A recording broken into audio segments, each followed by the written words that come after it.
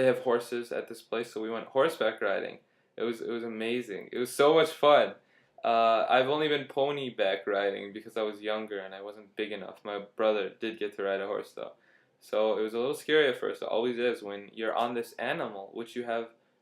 It's not like a car where you can just like push a button. No, you have to get a feel for it. So even though it's more difficult, it's more natural. I like it. I was remembering the Mongols and how they were master horse riders. I mean, they would just be able to move it left and right and just their feet. And so were the natives. They were very, very good at that. So even though less control, a balanced approach to control. My horse was called Emma. I got on the wrong horse. They told me the wrong horse. I was supposed to get on the pregnant one because I was a beginner, but I got on the really fast one. And so we go to this lake. We go to the shoreline from the stable. It's below sea level. The whole place is below sea level. It's very interesting. And you have the lake here, and then all the houses around it kind of like rise. But it's still 40 meters below sea level. It's a cool place with regards to temperature. And one truck next to there had this very cool quote I wanted to share. It said, "Exploring the living silence." And even reminded me, my friend and I, even reminded me and my friend about the desert we were at in Siwa. So it's living, but it's silent. But, is it really silent? Because, in the Islamic tradition you have everything is in the whole universe is praising Allah subhanahu wa ta'ala. So it's all constant, it's all living. The sand is living, the air particles are living, everything is living. So is it really silent? Or is it just that we're not in tune with nature and we don't understand it? It's like the tracker, the native who in the US, if you walked through a forest, just understood the forest so well that they could say, you know what, there was a person that were walking here, they stopped here, they ate that, and they did that. Because it spoke to them, nature spoke to them. And you even have Solomon in the Islamic tradition speaking to animals, which is very interesting. He had the ability to communicate with them, with animals, and when I say animals, I mean in the general sense, including ants and stuff like that.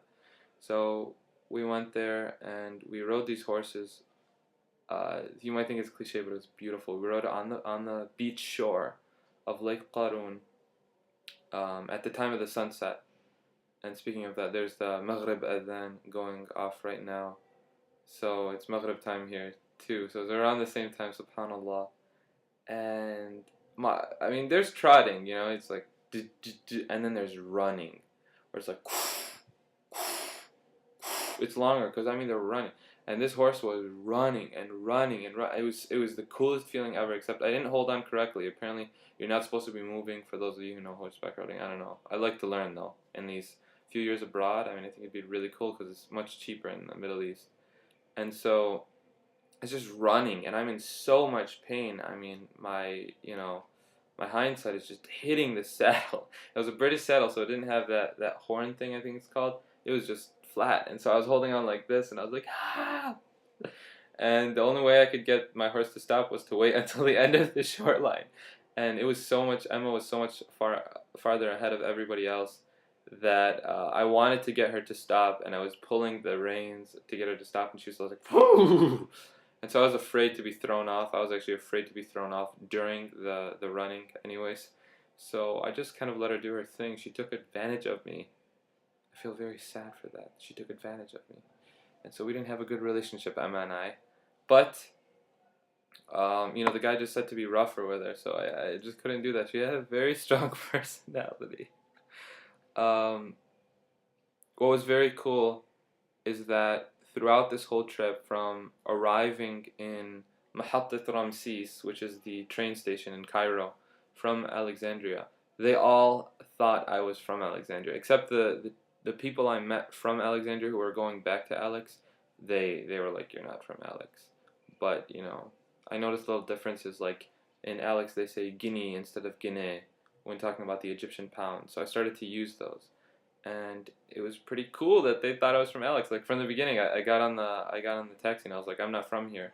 He's like, "I know you're not. You're from Alexandria. Look, in Alexandria it's different, did it?" And he was telling me about the differences. And so it was very cool. I don't know. This is just an idea I'm just throwing out there, but I might be interested in living in Cairo for some time. So I have these 3 years where I should be learning German, and at this one institute, the Goethe Institute, and It's available in Damascus. It's also available in Cairo. It's available in many, many different countries. I mean, it's all over worldwide.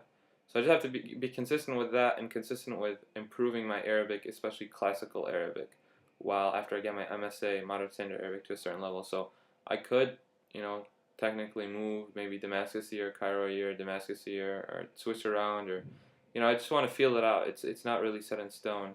And I might be doing translation instead of teaching English, which I originally planned, because it makes more money, which is great because I can save up and it'll make my travels easier. Um, so another thing in Tunis, in this, I don't know what you'd call it, governorate or district or whatever. It's apparently one of the five poorest ones. Um, there's apparently a lot of theft and corruption. I heard about it over there of people taking the shoreline, like companies, they'll just come and start building tourist houses, but nobody buys them, so it just ends up messing up and polluting the lake.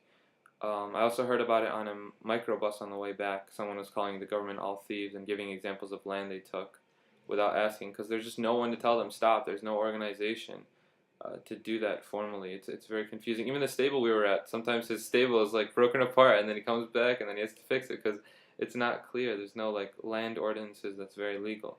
It reminded me of Shem city center in Damascus, and how I talked to people who lived in that area in Kafar Suse. And this is, you're talking about, it's the heart of Damascus, and they said that they were kicked out by businessmen. They either offered them some money or they just took their land without compensation. And so I knew this sheikh. He passed away last summer. He was one of the big reciters. I didn't know him, but I knew his students, so in that way I knew him.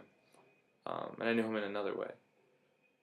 But basically, he would not walk on that region because he was like, this is oppressed, stolen land, and I don't want to participate in it. So, yeah, Cairo.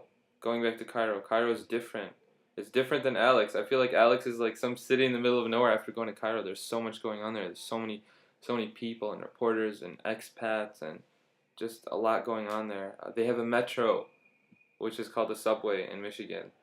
And so that's very cool. I rode it for the first time in the Middle East, and it ran really pretty smoothly, I would say. It's not expensive at all. It's just 1 guinea.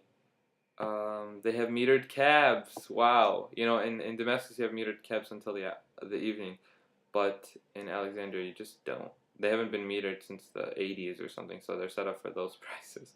You just have to, before you get on a cab, look, this is advice if you're going to a new place, ask someone around you, ask a local person, ask a native and be like, hey, I'm going from here to here. How many pounds or how many dollars or how many whatever the currency is will it cost me? And they'll tell you, and then you just get out, you pay the person, and you keep walking no matter what they yell at you or scream at you, because you do not want to get cheated. It's kind of like New York City. People don't like talking. In Alex, when I talk to someone and they find out, especially when they find out I have an accent and I'm an American, they want to talk to me, get my number, and call me every single day 50 times. Oh yeah, on my way to Cairo, this guy asked me for my number, and I talked to him for a lot of the time, but I just didn't want to give it out, just training about what I talked about last time.